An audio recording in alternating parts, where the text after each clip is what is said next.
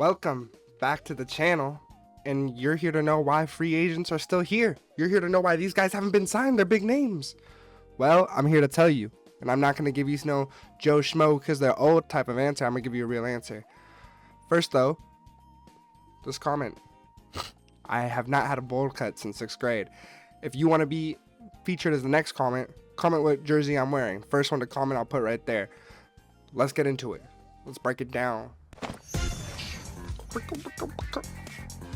Number 1, why you click this video, the all high and mighty Aaron Rodgers.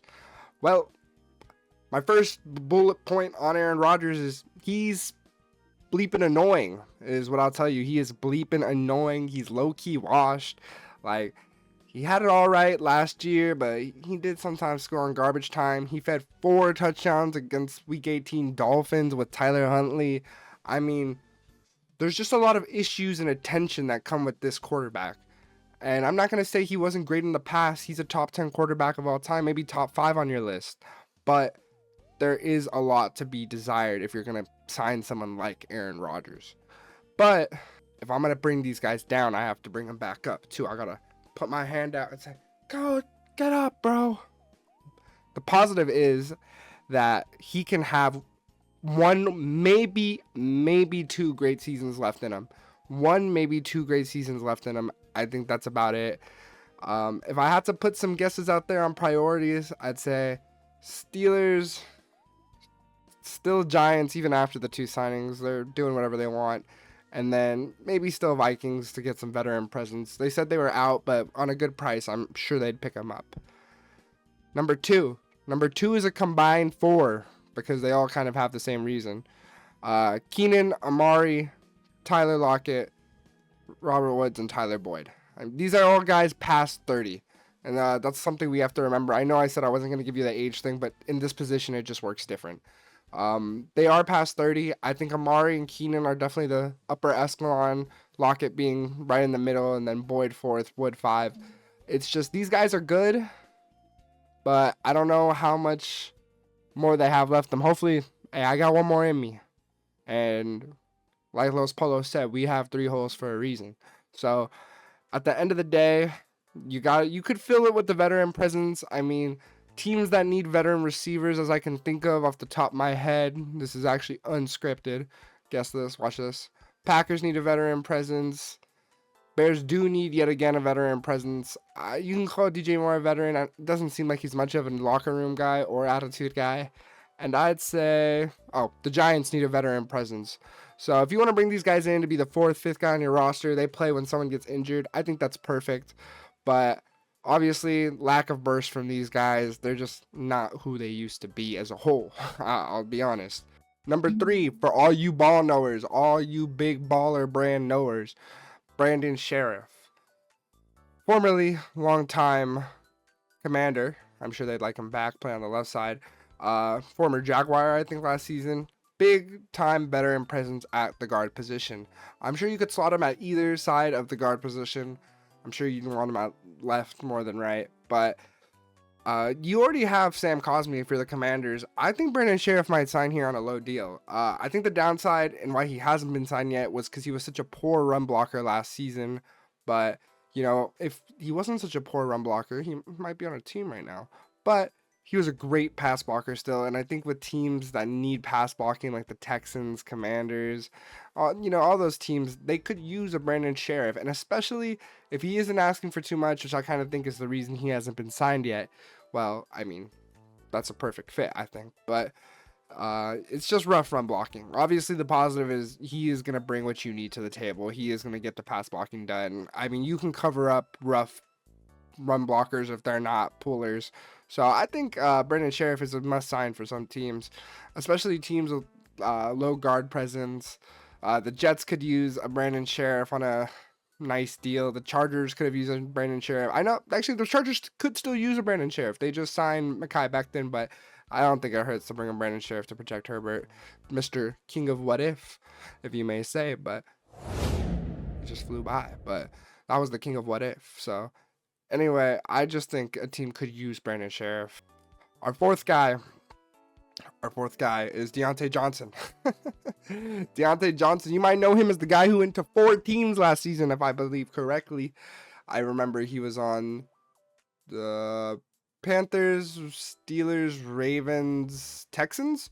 I believe that's the full 4. Obviously, he returned to the Steelers. I think he's just uncoachable. He's uncoachable with a bad attitude, and that's not what nobody wants. You don't want that guy on your team, to be honest. You don't want him speaking to your rookie receivers. You think he might encourage them to do stuff. He has no interest in being a decoy when run plays are ran. He doesn't want to do that. That's not ever something he is interested in. He has a lack of a bag. I never see Deontay Johnson run anything deeper than 10 yards. He's the small play merchant. But the positive is he is a great slot receiver. So if you have 2 bigs, if you're the Bears, if you're the the Commanders who need a slot receiver, maybe Deontay Johnson's the guy for you.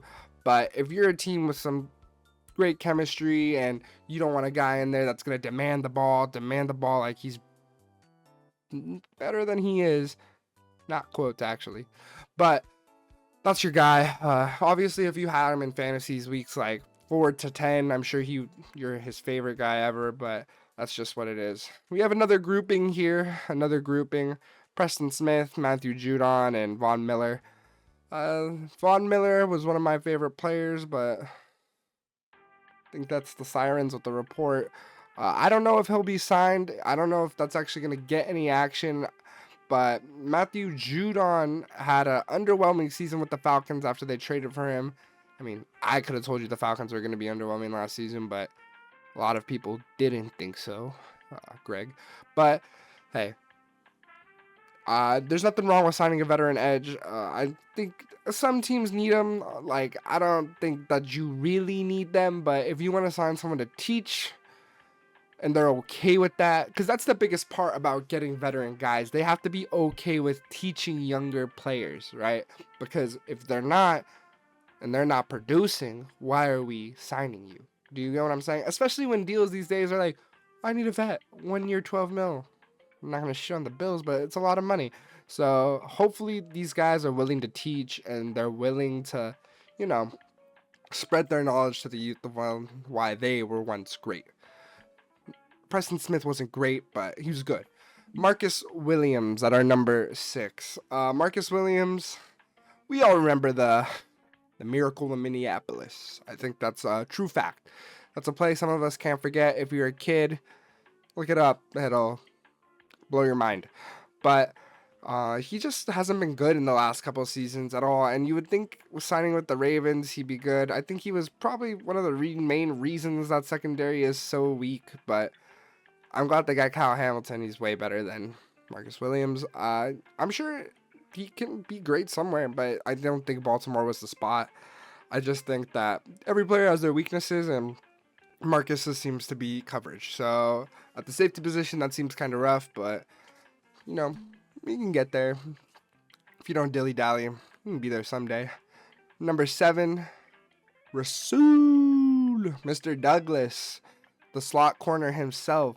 My assumption is the asking price. I mean, he wasn't great last season. He could have been better, but I think it might be asking price. I would assume this guy could be signed somewhere. It could also be scheme fit, maybe injury concern. I know 2 years ago he had to take the season off.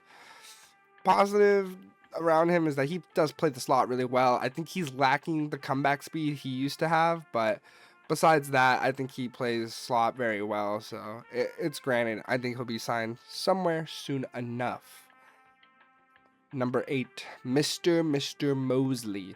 CJ Mosley, surprisingly released by the Jets in this new regime, the Glenn regime, and I just think that's not a great idea. He's basically the backbone of that team. He has been with them through thick and thin, through shit and garbage. Crap and garbage. Don't demonetize me, actually. I just think this is the guy who's an elite level run stopper. And there's no debating that. Even in his old age, he's an elite level run stopper. He's a field general. He sees it. I just think maybe they're just waiting to get a good deal on him. I guarantee you agents are talking to CJ Mosley. I'd be very surprised if he was unemployed by the end of this season. Finally, I have my backup quarterbacks list. We have Wentz. We have Trey Lance. We have... Oh, actually, Trey Lance isn't on this list anymore. He got signed by the Chargers in the making of this video. I totally forgot. I had this scripted like 2 days ago, and I made it today. Trey Lance has been signed by the Chargers. He's not even here anymore. We have Wentz. We have Bridgewater. And we have Locke. I believe Wentz hasn't been signed because he stinks. He's turnover prone and injury prone. Those aren't any things you want. Teddy's here because I think it's due to a lack of conditioning because he went to coach high school and then he came back super late into last season. So I think that's also kind of an issue here. And I think for Teddy, it might just, I mean, no, not Teddy. Oopsie. I think it might be for Drew Lock. Just, you don't want this guy to ruin your season, right, Giants fans? Fuck that guy. This guy threw us the #1 pick. Oh, I have to score 5 touchdowns. I'm not worried about tanking. Ooh, Cam Ward would have looked nice and blue, I'll tell you that. But, hey, Drew Lock's actually probably the best one available out of these 3 because you want a guy that can sling 5 touchdowns as your backup. Not if you're tanking, but, yeah. So, I think this is everyone that could be signed, and I gave you the reason why they weren't signed yet. But, hey, all of these guys obviously compete at the NFL level, whether age, injury, whatever. These guys are good enough to be signed. I think that's a sentiment we can't forget. These guys are ballers at their respective positions. So, if you like this video, make sure to like and subscribe. Make sure to check out the last 2. We're going to keep banging these out every week. Peace!